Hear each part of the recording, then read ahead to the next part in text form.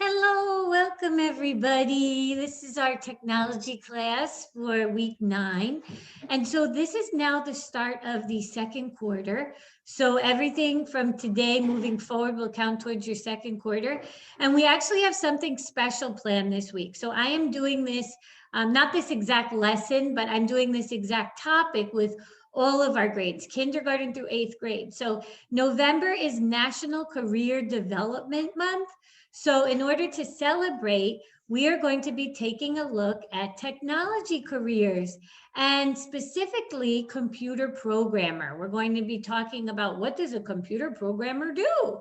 And so I thought this would be such a great way for us to celebrate because we can spend some time learning about the different careers in technology, and maybe it'll be something that you're interested in doing when you get older, right? So technology jobs, right? When we think about jobs, right? Your parents, if you go home, or any of the adults that you know in your life, if you ask them, what job do you do? Where do you work? I bet that you would hear a lot of different things, right? Maybe some of them are doctors, nurses, lawyers, teachers. Maybe they work at a store. Maybe they own their own company, right? And if you've ever had career day, people, they come in and they talk about their different careers, and your careers is your job, right? And in the field of technology, there are a lot of different jobs in the field of technology. And so, guess what? Every job, even if it's not in the field of technology, uses technology, right?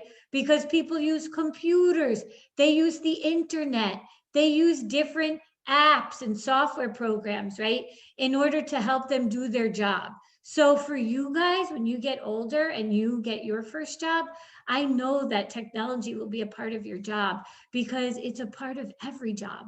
And so that's why we spend time learning technology in school, because it's going to be a skill that you need, whether you become a computer programmer or not. It's going to be a part of your future. Because guess what? Look, I'm a teacher here at the school, and I'm using technology to teach you guys. And same with all of your teachers, right?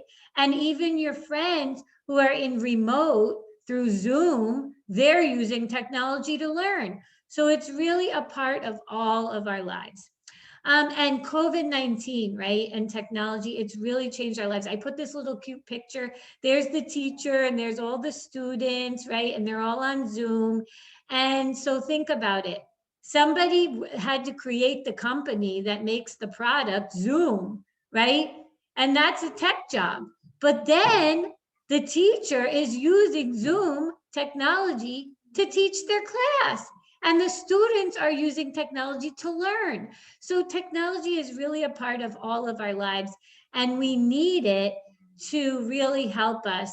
And it's going to be a part of your future when you get older. Definitely, any job that you go into or any career that you choose, you will need to learn and know how to use technology skills. Okay. So, what kinds of jobs are in the digital industry? So many different jobs. And the one that we're going to look at today is computer programmer. But some other names of jobs are data scientists, game developers, um, project managers, social media managers. These are all different jobs in the tech field, right? And they all work with different programs and apps, and they might work at Instagram or Facebook. Maybe they work at YouTube, right? Maybe they work at Zoom. And so just to get you guys to start thinking about it, that there's careers out there and there's so many of them in the tech field. So let's talk about computer programmer. So this is the job that we're learning about this week for Career Development Week. So did you know that a computer programmer can talk to computers? How cool is that? And so if you guys remember back last year, the year before, we always use a program called code.org, right? And code.org is a program that helps us to learn how to code. And what is coding? Coding is learning the language of the computer and learning how to tell the computer what to do. And we call this an algorithm, right? If you guys remember, that's a list of steps that we follow to complete a task, right? So if you want to tell your computer to do something, you give it an algorithm, you write the code, you write the list of steps, and then the computer knows what to do, right? So that's really what we are doing if we're a computer programmer, right? And so I bet a lot of you guys had a lot of fun with code.org.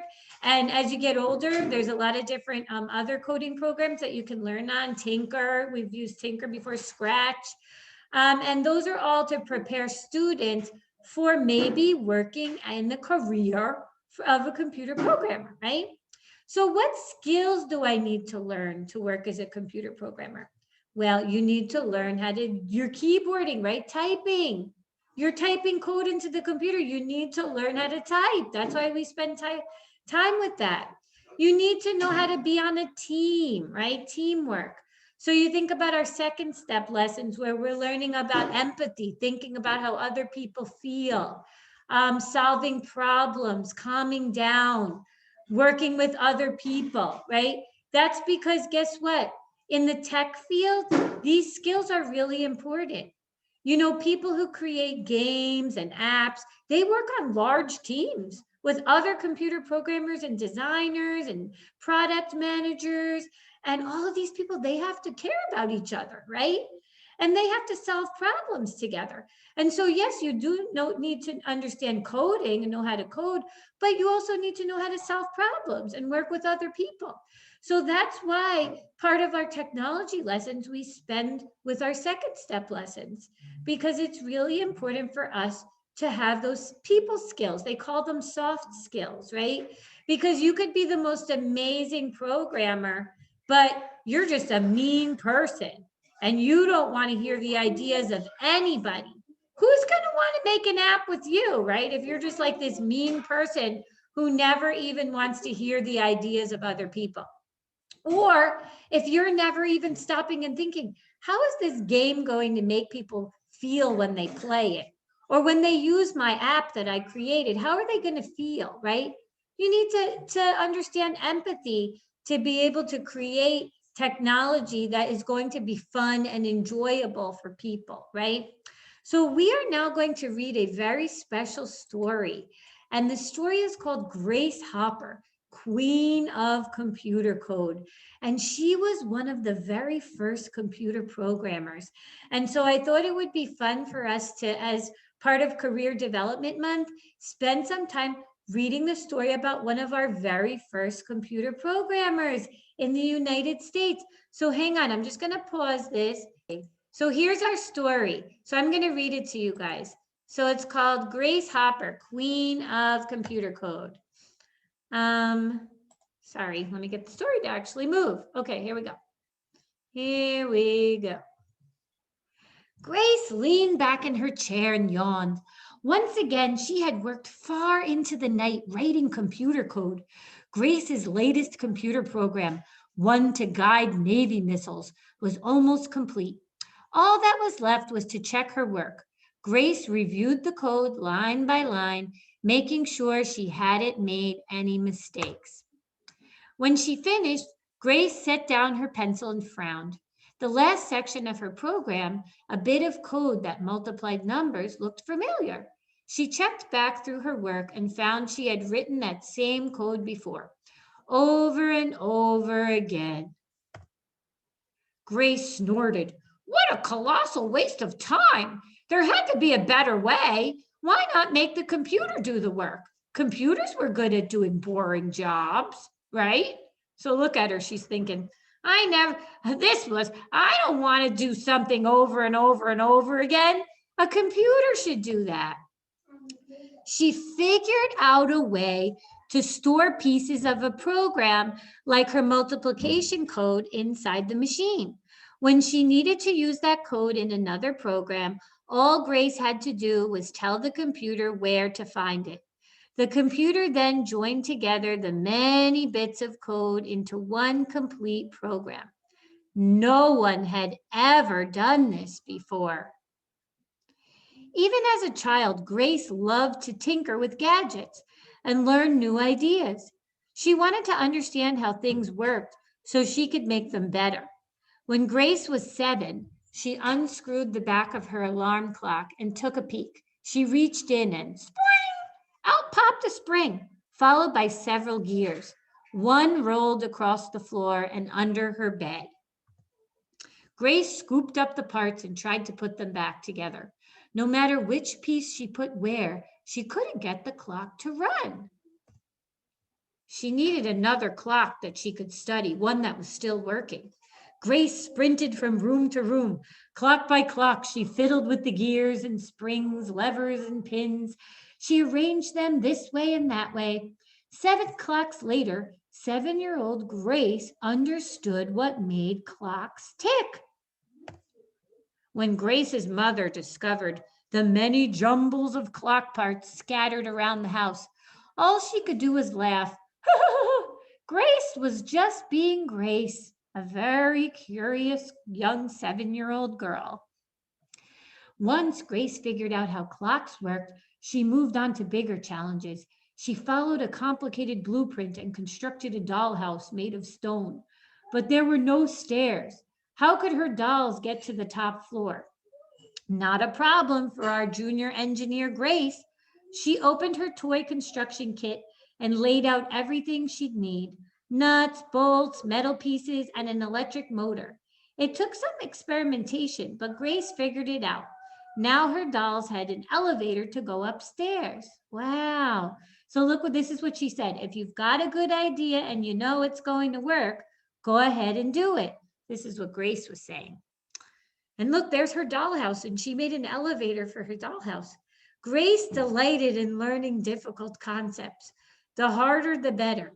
While her schoolmates wore frilly dresses and learned to be young ladies, Grace studied math and science.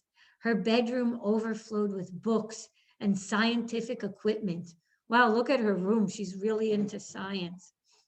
She raced through her high school classes and finished 2 years early. Grace couldn't wait to start college. More classes, more learning, more fun. I love learning.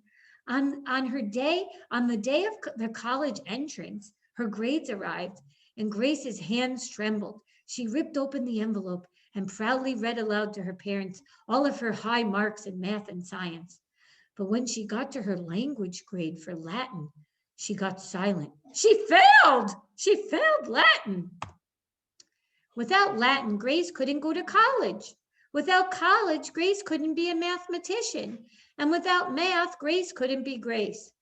Grace waved to her schoolmates as they left for college. Without her, nothing would stop her from joining them next. She knew she needed to go. So she returned to her studies and she finished Latin. And at the end of the year, she passed all of her exams. And guess what? She packed her bags and her math books and she left for Vassar College, an all-women's school.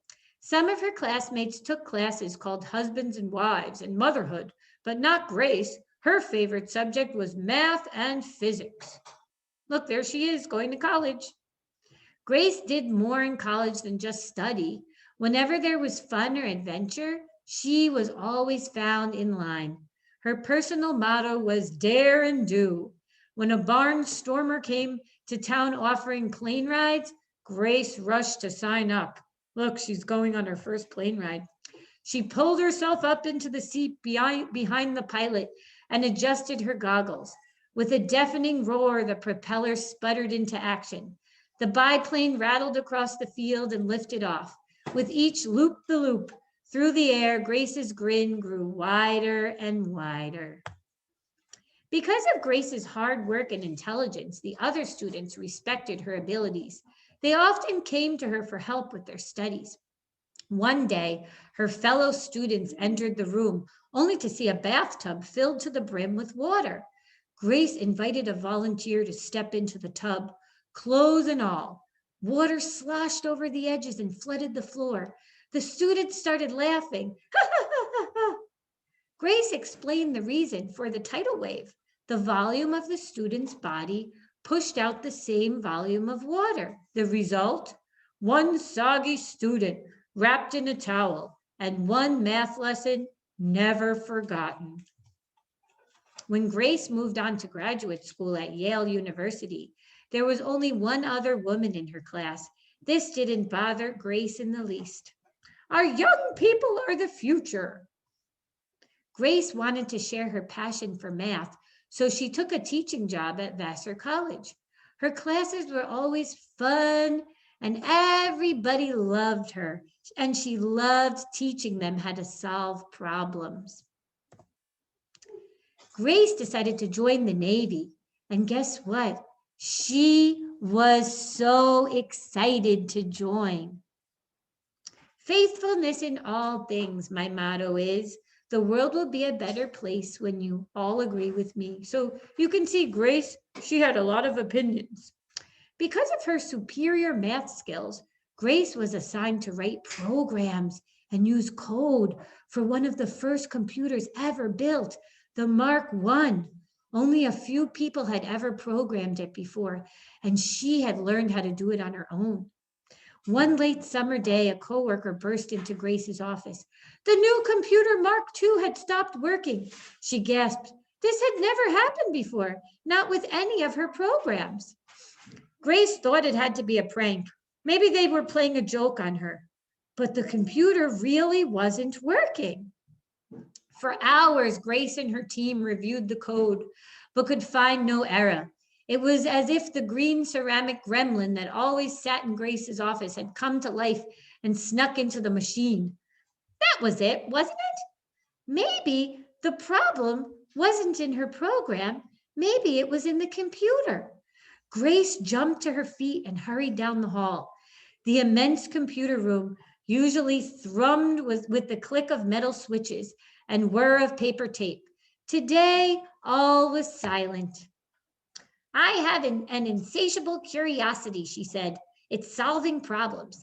Every time you solve a problem, another one shows up behind it. That's the challenge. Grace and her team searched everywhere for the problem. Grace used her pocket mirror to check inside the machine. She angled it every way that she could. And all of the engineers looked around to see if they could find the problem. Then they saw it. It was a moth trapped inside of the computer. Look at it right there, a moth. Grace used her tweezers and they took the moth out of the computer. And guess what? This was the first actual case of a computer bug ever being found. And ever since then, with Grace's sense of humor, they call computer glitches bugs. How cool is that? The first case of a bug being found inside of a computer, found by Grace Hopper.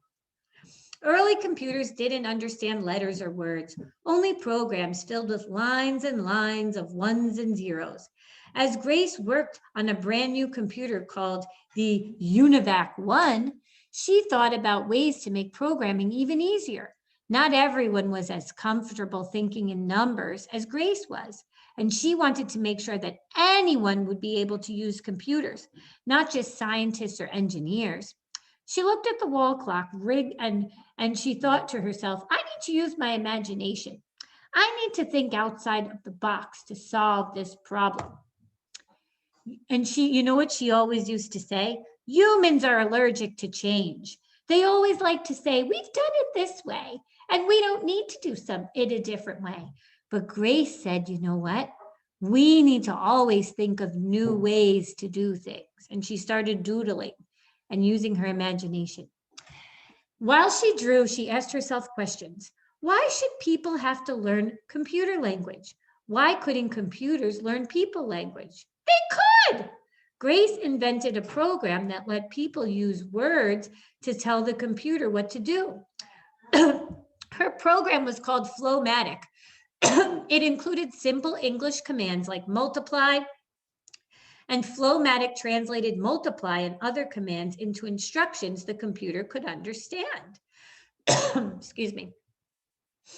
Let people write their programs in English. It was common sense. This was much easier than programming pages of ones and zeros. And with the help of Grace's program and all of her coworkers, they were able to write code quickly, and they loved it. When Grace was 60 years old, the Navy asked her to retire. It was the saddest day of my life, because I loved working at the Navy. Within a few months, though, they realized their mistake and they asked her to come back. And she lasted for another 20 years. Until the age of 80, Grace Hopper, the queen of computer code, dedicated her life to solving computer problems. No wonder they called her Amazing Grace. I hope you guys enjoyed that story about the first computer programmer, Grace Hopper. And so what we are going to be doing now to celebrate our week of computer science careers, we are going to do this activity. So it says, someday I'll be. It says, can you see yourself as a computer programmer? Maybe some of you guys now are really inspired and you're like, yeah, I want to talk to computers and I want to use computers to solve problems. If so, what kind of programs or apps would you write with code? So you can tell us about that. And if not, so say you're like, no, I really don't want to work as a computer programmer, then I would like you to tell us whatever career that you're going to be doing in the future, how do you see yourself using technology in your future career? So please type up 6 to 8 sentences answering this question. So I'm going to send this to you in a Word doc, and you're going to type up the answer in 6 to 8 sentences. So be thoughtful about it, okay? Really think about your career in the future. If you see yourself as a computer programmer, what kinds of programs or apps would you write with code?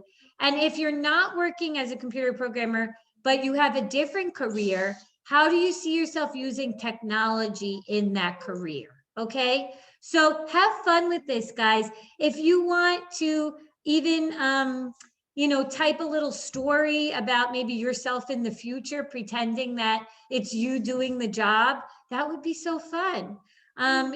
Just be creative with this. It's a great way for you to celebrate Career Development Month, thinking about your future career, but it's also a great way for you guys to think about technology and how it's going to be a part of your future career, right? Because technology is everywhere and it's part of your lives, right? You're growing up with it. So thanks for listening to our story. And I'll be really excited to hear about all of your future careers. Okay, guys? So we'll see you next time. Bye, guys.